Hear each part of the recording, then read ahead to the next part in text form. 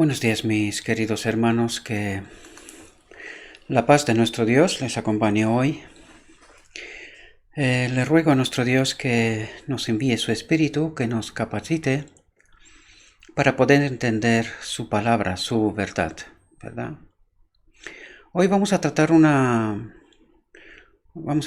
reflexión sobre un texto que nos tiene que ayudar a entender realidades que desgraciadamente no habíamos entendido hasta ahora. Y son cuestiones que no son muy fáciles de entender. Eso también hay que decirlo. Siempre lo he dicho y siempre lo seguiré diciendo. Y este texto en realidad nos va a hablar de este asunto también. Si no estamos acompañados por el Espíritu de nuestro Dios, no hay forma de que podamos entender esto. Y hoy vamos a tratar de entender un poco en profundidad, o sea, hasta dónde podemos llegar, ¿verdad? Porque ya sabéis, siempre os aconsejo que vosotros os acerquéis al texto y que hagáis vuestra propia análisis, vuestra propia reflexión, de tal manera que entre todos podamos entender mucho mejor esas realidades, esas verdades. Vamos a ver que para que el Espíritu Santo esté con nosotros, tenemos que estar en ciertas condiciones, ¿verdad? Tenemos que cumplir ciertas condiciones. Y probablemente, de hecho no probablemente, seguramente, por eso no entendimos, porque en realidad en 1888, al rechazar el mensaje que Dios nos envió, pues en realidad nos quedamos desprovistos también del Espíritu de nuestro Dios. Y por eso, y solamente así se explica de por qué estamos tan confusos, ¿verdad? Y no hemos sido capaces de entender las realidades que nuestro Dios quiere que nosotros entendamos, ¿verdad?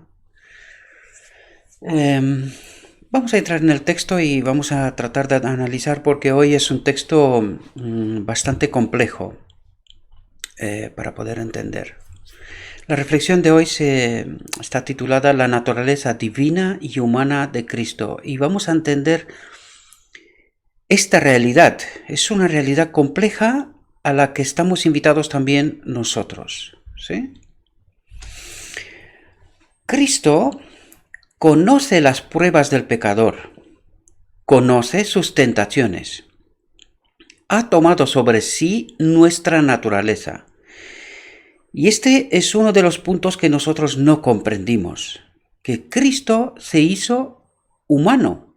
Él tomó la naturaleza de Adán, divino-humana. Esa era la auténtica naturaleza que Adán tuvo en su creación, ¿verdad? Divino-humana. Es decir, el Espíritu de Dios estaba en él. Por lo tanto, tenía esa naturaleza divino-humana. Cuando pecó, él se quedó desprovisto de este poder. Por lo tanto, su naturaleza fue una naturaleza caída, solamente humana. Decimos solamente humana porque en realidad él debería de haber muerto en aquel instante, ¿verdad?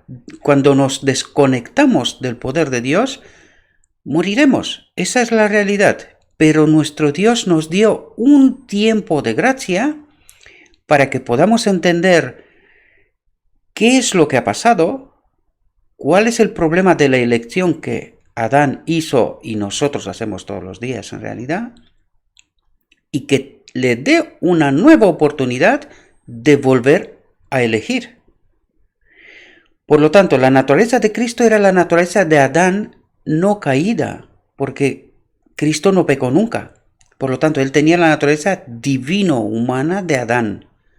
Ya hemos tratado este asunto y espero que todos aquellos que me seguís, que seguís el canal, ¿verdad? Espero que a estas alturas habíais entendido ya este concepto, pero lo explico por aquellos que quizás lo ven por primera vez.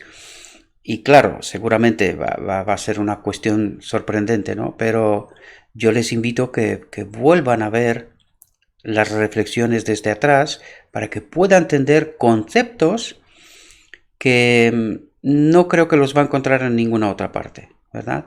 Porque nuestro Dios, por su bondad, pues al final del tiempo nos descubrió, nos invita de nuevo a descubrir estas realidades, esas verdades, ¿verdad?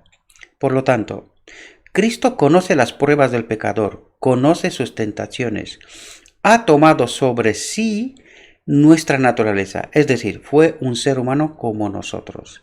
Fue tentado en todos los aspectos como nosotros y sabe cómo socorrer a los que serán tentados. Dice, sabe cómo socorrer, y ahora vamos a entender por qué dice esto y por qué lo dice de esta manera, ¿verdad? Y sabe cómo socorrer a los que serán tentados. Ha llorado y conoce sus penas. Ha sido testigo de todas sus penas, de todas nuestras penas, mejor dicho, ¿verdad? Para todos los que creen y confían en Él. Y quiero señalar, subrayar este asunto, porque mucha gente no entiende lo que significa en realidad creer y confiar en Cristo. Parecen palabras sencillas, pero tienen mucha profundidad. Y hoy vamos a hablar un poco sobre este asunto también, ¿verdad? Porque el enemigo de Dios ha hecho todo lo posible para que no entendamos la profundidad de los conceptos. Y ese creer y confiar en Dios son unos conceptos profundos, ¿verdad? No es un creer como humanamente hablamos, no, creo que no sé qué cosa ha pasado o pasa, no es ese creer. Es mucho más profundo, va mucho más allá que un simple creer y confiar, ¿verdad? Porque todo, incluso la palabra, ¿no? Los demonios creen, pero que no pasa nada, no van a ser salvos ni nada por el estilo, ¿verdad? Pues no estamos hablando de ese creer, ¿verdad? Es más profundo que solamente eso. Para todos los que creen y confían en Él será como un escondite del viento y un refugio de la tempestad.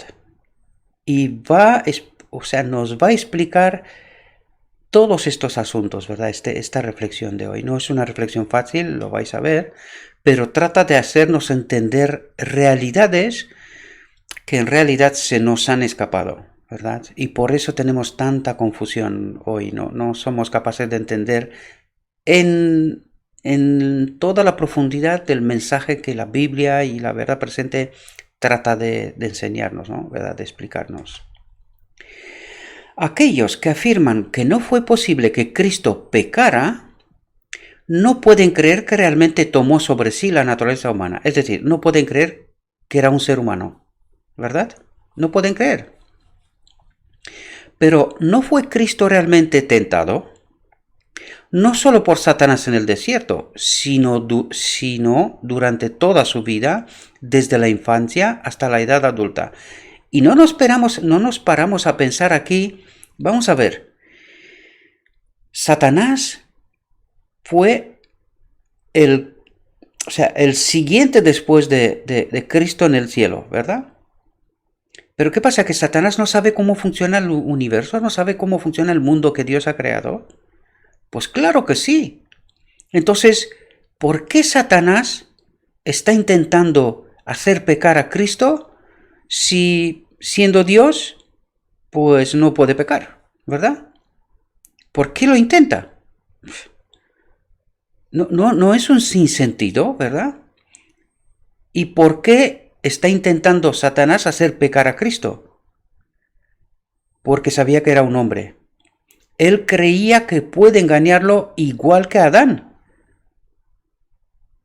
Por lo tanto, esto debería de reforzar este hecho de que él era un ser humano. Porque si no, no podía ser tentado. No tiene sentido. ¿Y no sabe Satanás cómo funciona el universo de Dios? ¿No conoce él la auténtica historia de todas las cosas? Pues claro que sí. ¿Verdad? Pero desgraciadamente no nos paramos a pensar con profundidad sobre estos asuntos, ¿verdad? Y con facilidad nos vamos al error y la confusión. Pero no fue Cristo realmente tentado no solo por Satanás en el desierto, sino durante toda su vida, desde la infancia hasta la edad adulta. En todos los puntos fue tentado como nosotros, y porque resistió con éxito la tentación bajo cualquier forma, fijaos aquí, dio al hombre el ejemplo perfecto. Dio al hombre el ejemplo perfecto. Lo subrayo porque es sumamente importante.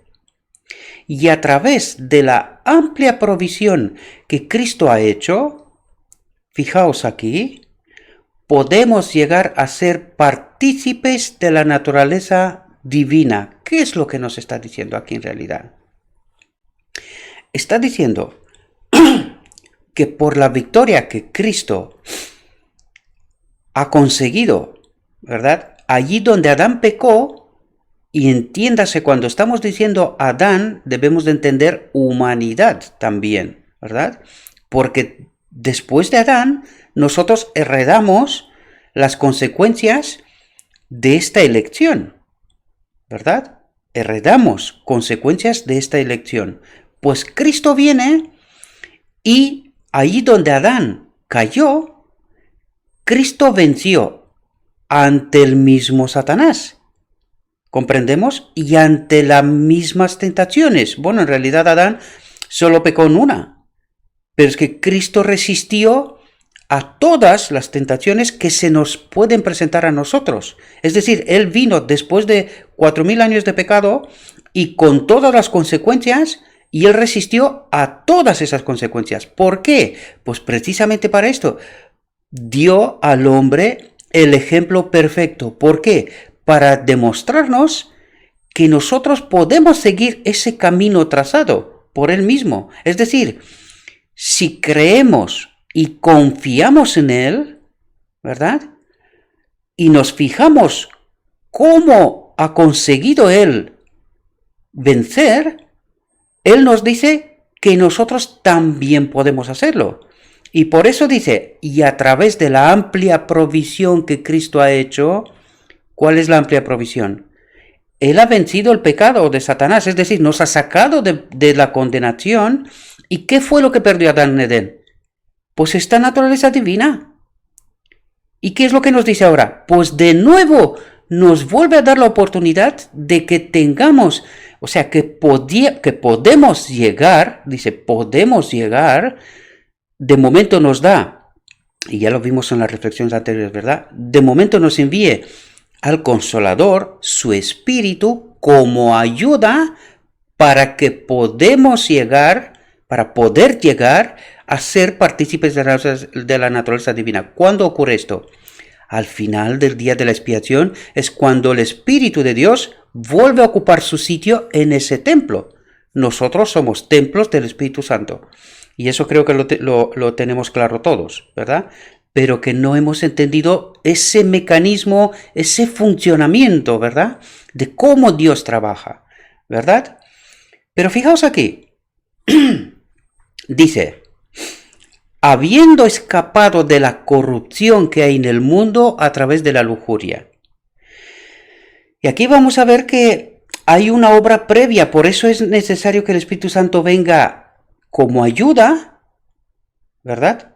Para que nosotros podamos escapar de la corrupción que hay en el mundo a través de la lujuria, ¿verdad?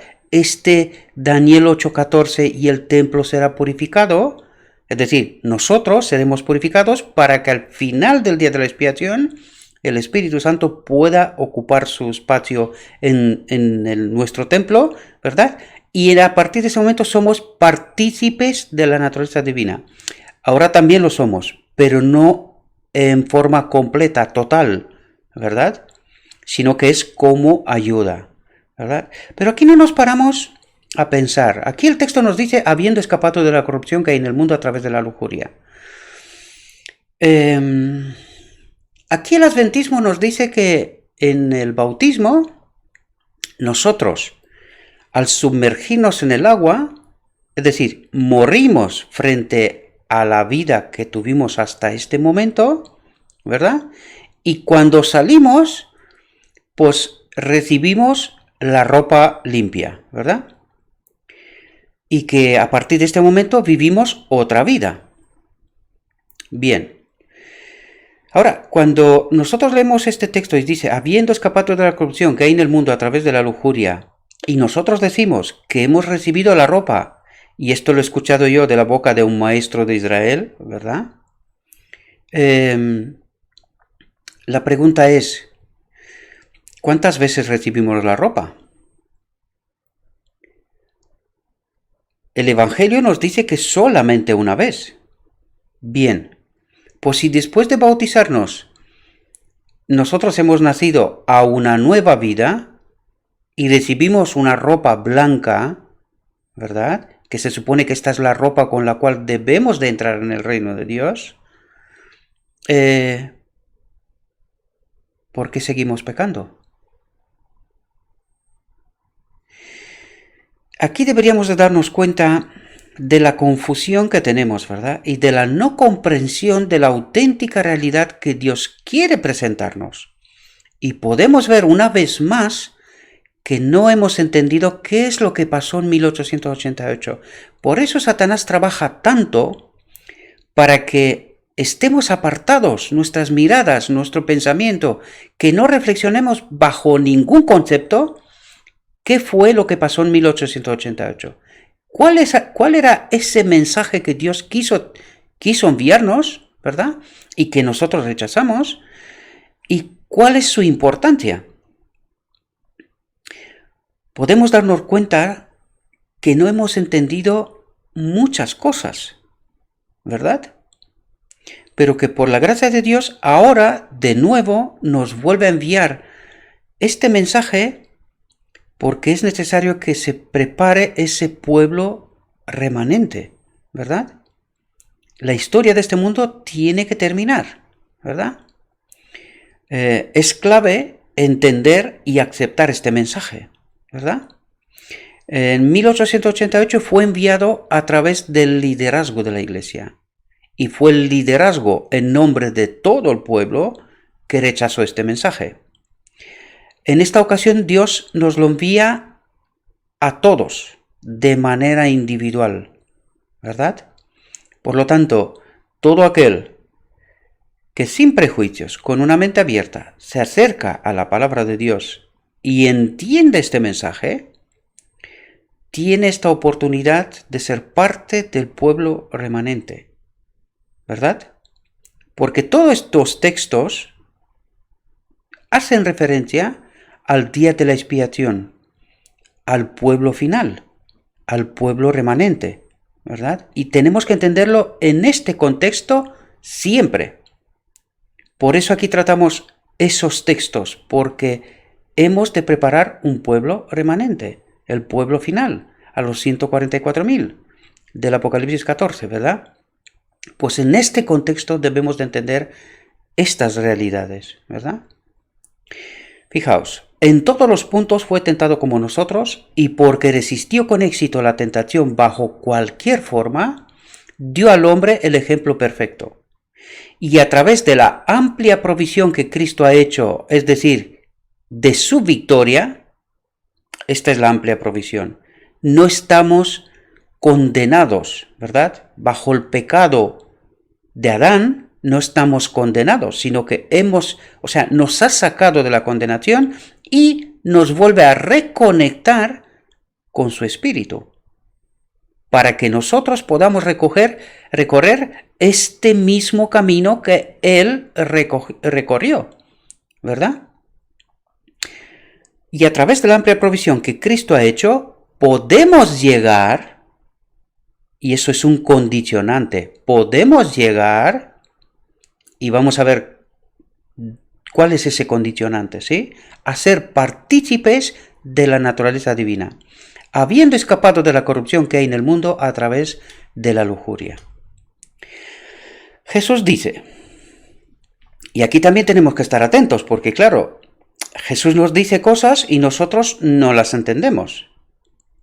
Dice, al vencedor le concederé sentarse conmigo en mi trono, así como yo he vencido y me he sentado con mi Padre en su trono. Pero claro, aquí, cuando tú lees este texto y entiendes la doctrina que se predica hoy tanto, ¿no? De un sustituto o que a través de su vida perfecta nosotros somos considerados perfectos, o en fin, todas esas falsas doctrinas, porque son falsas doctrinas, ¿verdad? O muy mal comprendidas, ¿verdad? Creemos cosas que no son verdad, ¿verdad? Porque aquí dice, al vencedor, ¿qué vencedor? ¿Vencedor de qué? Si Cristo ha vivido por mí, si Cristo es mi sustituto, si su sangre me purifica, ¿qué tengo que vencer yo? Pues no sé si os dais cuenta que no nos paramos a reflexionar con profundidad sobre los textos, ¿verdad? Leemos las cosas, pasamos por encima y no reflexionamos lo suficiente como para darnos cuenta de qué soy yo vencedor o de qué tengo que ser yo vencedor cuando la doctrina que se predica hoy es que yo no puedo. Entonces, si yo no puedo, pero Cristo me dice al vencedor, a ver, ¿quién tiene razón aquí? El hombre dice que no puedo. Bueno, el hombre inspirado por el mismo Satanás, ¿verdad? Que yo no puedo. Pero Jesús me está diciendo al vencedor, ¿vencedor de qué? ¿Entendéis? Al vencedor le concederé sentarse conmigo en mi trono, así como yo he vencido y me he sentado con mi Padre en su trono. Fijaos, dice, este es el principio de nuestra confianza que debemos mantener firme hasta el final. ¿Qué confianza? Que puedo ser vencedor, ¿no? Eso es lo que me estás diciendo. Jesús dice, al vencedor le concederé sentarse conmigo en mi trono. Y los dice, este es el principio, por lo tanto, partiendo de aquí, hay que entender muchas cosas, ¿verdad? Dice, este es el principio de nuestra confianza, creer, confianza, que debemos mantener firme hasta el final. ¿Qué tengo que mantener firme hasta el final? Que yo puedo vencer, porque me lo está diciendo Jesús, ¿verdad? Pues este es un mensaje a contracorriente, y ya lo hablamos en la reflexión anterior también, ¿verdad? Fijaos, si Jesús resistió las tentaciones de Satanás, nos ayudará a resistir. Pero, ¿podemos? ¿De verdad podemos? Porque dice, a ver, tenemos aquí hay un paradigma, ¿verdad?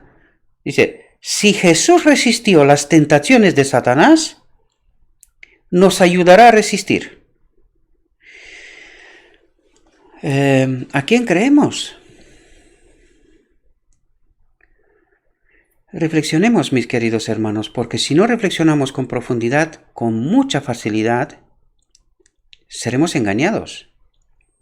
Yo os hablaba en la reflexión anterior, dejemos de comer precocinado. Estudiemos, comprobemos lo que se nos dice, porque si no, vamos a tener un problema y menudo problema, ¿verdad? Fijaos, Cristo vino a traer el poder divino para combinarlo con el esfuerzo humano. Lo vuelvo a recalcar. ¿Podemos? Porque Cristo nos dice que Él vino a traernos a su espíritu para que su espíritu combinado con mi esfuerzo, con mi voluntad, con mi deseo de vencer, pues que pueda vencer. Y yo me sigo preguntando, ¿verdad? ¿Cómo hemos llegado a creer lo que creemos? Que nosotros no podemos.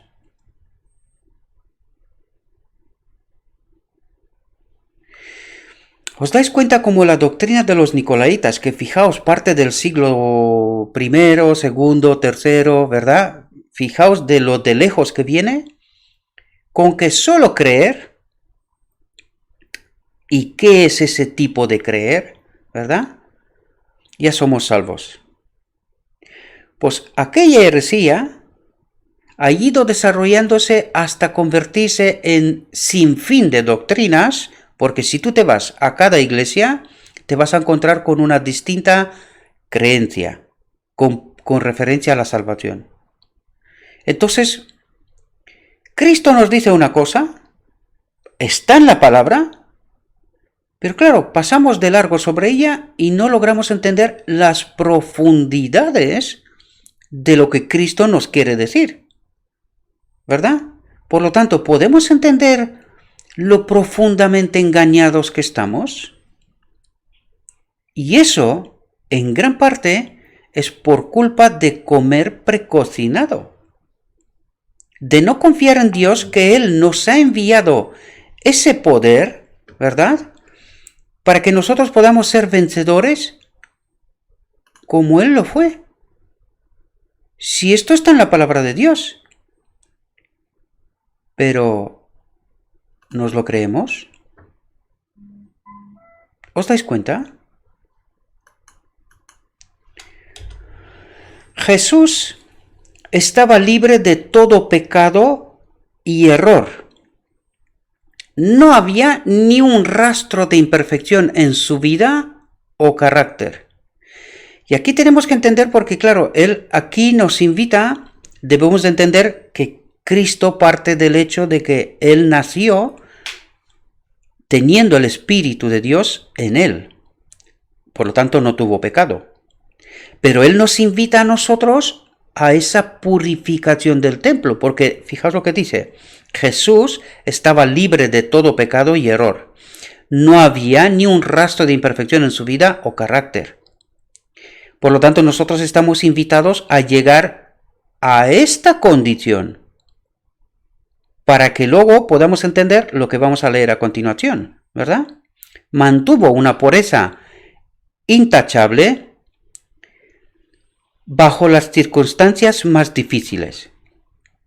Cierto, declaró, no hay nadie bueno excepto uno, es decir, Dios. Pero de nuevo dijo, yo y mi Padre somos uno. Y aquí no entendimos bien este asunto.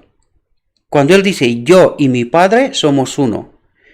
Claro, no entendimos que Cristo, con su naturaleza divino-humana, ¿cómo podía ser uno con el Padre, que es exclusivamente divino? O sea, tiene la naturaleza divina, ¿verdad? ¿Cómo podía ser uno? Pues solamente como lo dijo Cristo. No soy yo el que hace esas cosas, sino el Padre que habita en mí. ¿Verdad?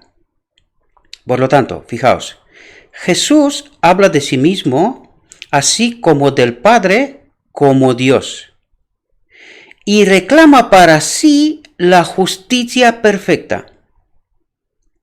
¿Qué es lo que nos quiere decir aquí? Que Jesús, al obedecer, al no tener, o sea, estar libre de todo pecado y error, sin tener ningún tipo de pecado, y aquí tenemos que entenderlo, que Él fue tentado en todo. Es decir, al obedecer, Él reclama para sí la justicia perfecta. ¿Qué es lo que reclama para sí? Que el Espíritu del Padre habite en Él. ¿Y qué es lo que nos dice a nosotros?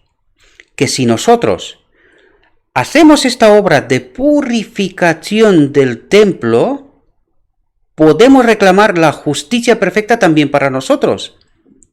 ¿Lo entendemos?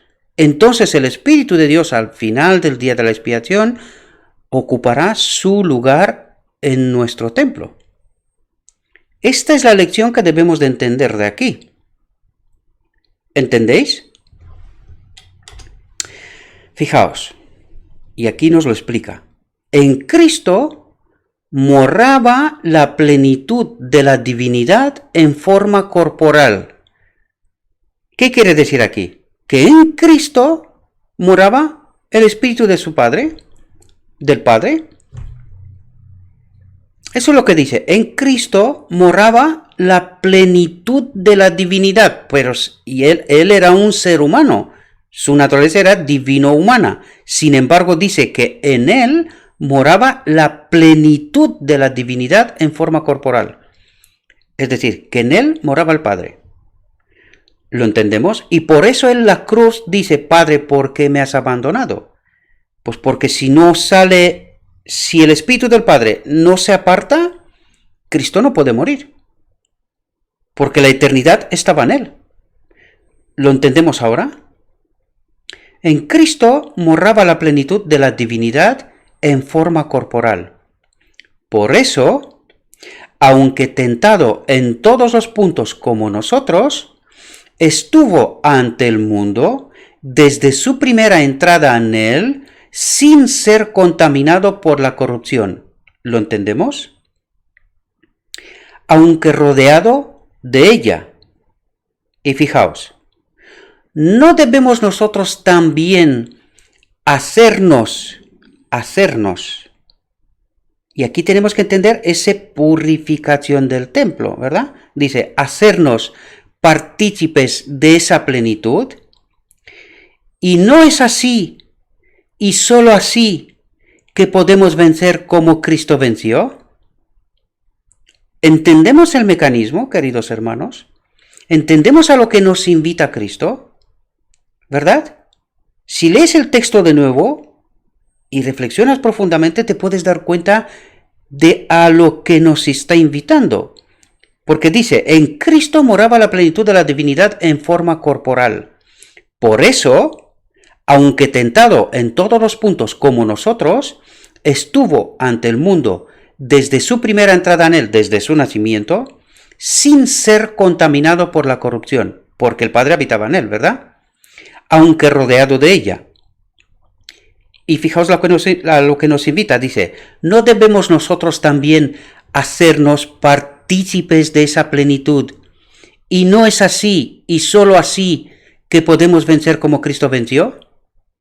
¿Entendéis el mecanismo ahora? Pero claro, hay que entender cómo podemos hacernos partícipes de esa plenitud.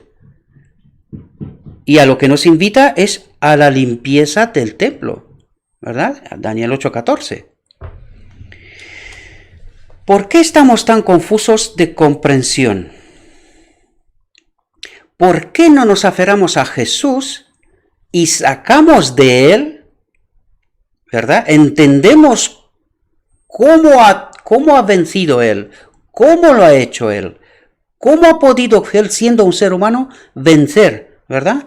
Dice, ¿por qué no nos aferramos a Jesús y sacamos de él por fe la fuerza y la perfección de su carácter? ¿Qué es la perfección de carácter? La presencia del Espíritu del Padre, ¿verdad? Como el sarmiento saca la savia de la vid viva. Debemos mirar a Jesús, acordaos de la serpiente en el desierto, mirad y ser salvos. ¿Por qué tenía que mirar? Para entender cómo él ha vencido, para que nosotros podamos seguir ese mismo camino. Y eso es lo que nos dice aquí.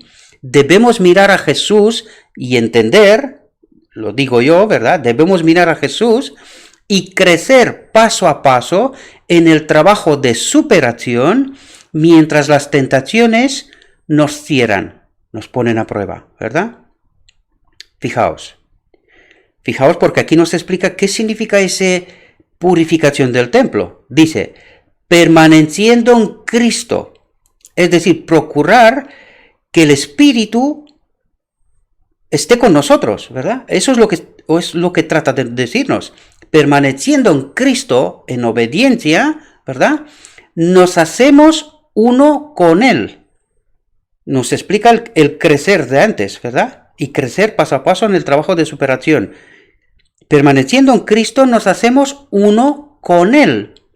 Entonces estaremos seguros, completamente seguros, contra todos los asaltos de Satanás. El Cristo que vive en el alma se revela en el carácter. El hombre no es nada sin Cristo. ¿Entendemos el mecanismo? Aquí nos está hablando que en el final del día de la expiación, cuando el Espíritu de Cristo habita en nosotros otra vez, ¿verdad? Es solamente entonces cuando nosotros podemos resistir de forma perfecta totalmente a los asaltos de Satanás, ¿verdad? Mientras tanto, con la ayuda de su Espíritu, tenemos que procurar obedecer, ¿verdad? Purificar este templo, ¿verdad? Fijaos, pero si Cristo vive en nosotros, haremos las obras de Dios. Este es el final del día de la expiación. Cuando Cristo vuelve a habitar este templo, su Espíritu, haremos las obras de Dios. Porque si intentaríamos entenderlo hoy nadie puede hacer las obras de Dios. Nadie, ¿verdad? Representaremos a Cristo en nuestra vida. Hablaremos de Cristo porque meditamos en Él. Creceremos en Cristo hasta alcanzar la plena estatura de hombres y mujeres con entendimiento espiritual. Y aquí nos habla de esa preparación, ¿verdad? Para alcanzar este Cristo vive en nosotros. ¿Comprendemos? El amor y la justicia de Dios y también la inmutabilidad de su ley se manifiestan por la vida del Salvador no menos que por su muerte. Asumió la naturaleza humana con sus enfermedades, sus responsabilidades, sus tentaciones. Él mismo tomó nuestras enfermedades y soportó nuestras dolencias. En todo le convenía ser semejante a sus hermanos. Él fue en todas las cosas tentado como nosotros. No ejerció en su propio nombre ningún poder que el hombre no puede ejercer. ¿Qué es lo que está diciendo? Que todo lo que hizo lo hizo con el poder del Espíritu que habitaba en él. ¿Entendéis? Por eso dice, no ejerció en su propio nombre, como nosotros tampoco podemos ejercer en nuestro nombre, sino que nosotros ejercemos o obedeceremos en su nombre con la ayuda de su Espíritu. Y eso es lo que nos está diciendo aquí también. No ejerció en su propio nombre ningún poder que el hombre no pueda ejercer. Como hombre se enfrentó a la tentación y venció con la fuerza que le dio Dios. Nos da un ejemplo de perfecta obediencia. Él ha dispuesto que podamos ser partícipes de la naturaleza divina y nos asegura que podemos vencer como Él venció. ¿Entendemos el mecanismo, queridos? ¿Entendemos? Su vida testificó que con la ayuda del mismo poder divino que Cristo recibió, es posible para el hombre obedecer la ley de Dios. ¿Entendemos el mecanismo?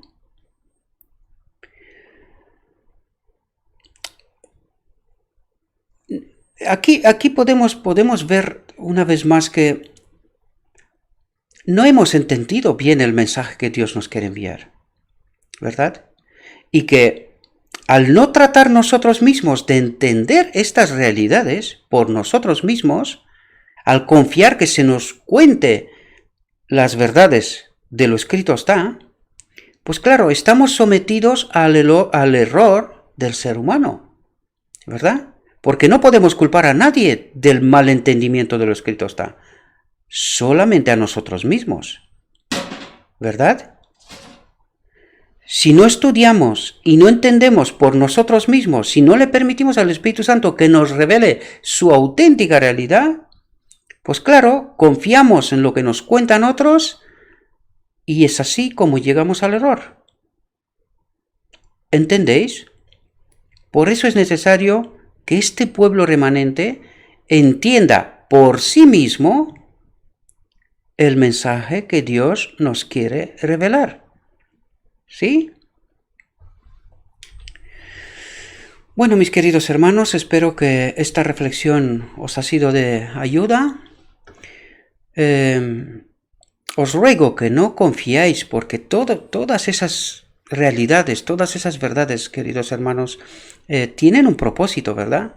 Para prepararnos para glorificar el nombre de nuestro Dios y que nuestro Redentor termine su obra en el santuario celestial, ¿verdad? Por lo tanto, debemos de estudiar, debemos de entender por nosotros mismos estas realidades, mis queridos hermanos, y pedirle al Espíritu Santo la ayuda para poder comprender su mensaje, su auténtico mensaje, ¿verdad? Las profundidades de esas verdades. No son fáciles y de primeras no son fáciles de entender. Por eso hemos llegado a esas confusiones que tenemos hoy día, ¿verdad? Debemos de tratar de entender por nosotros mismos estas realidades. Y solo podemos entenderlos cuando pedimos ayuda de lo alto. Nos ha sido prometida. Pero si no hacemos uso de ese poder, pues no vamos a entender, ¿verdad? Le ruego a nuestro Dios que Él nos envíe a cada uno de nosotros su Espíritu, que nos capacite y que podamos entender su mensaje, ¿verdad? Su propósito, su deseo con nosotros.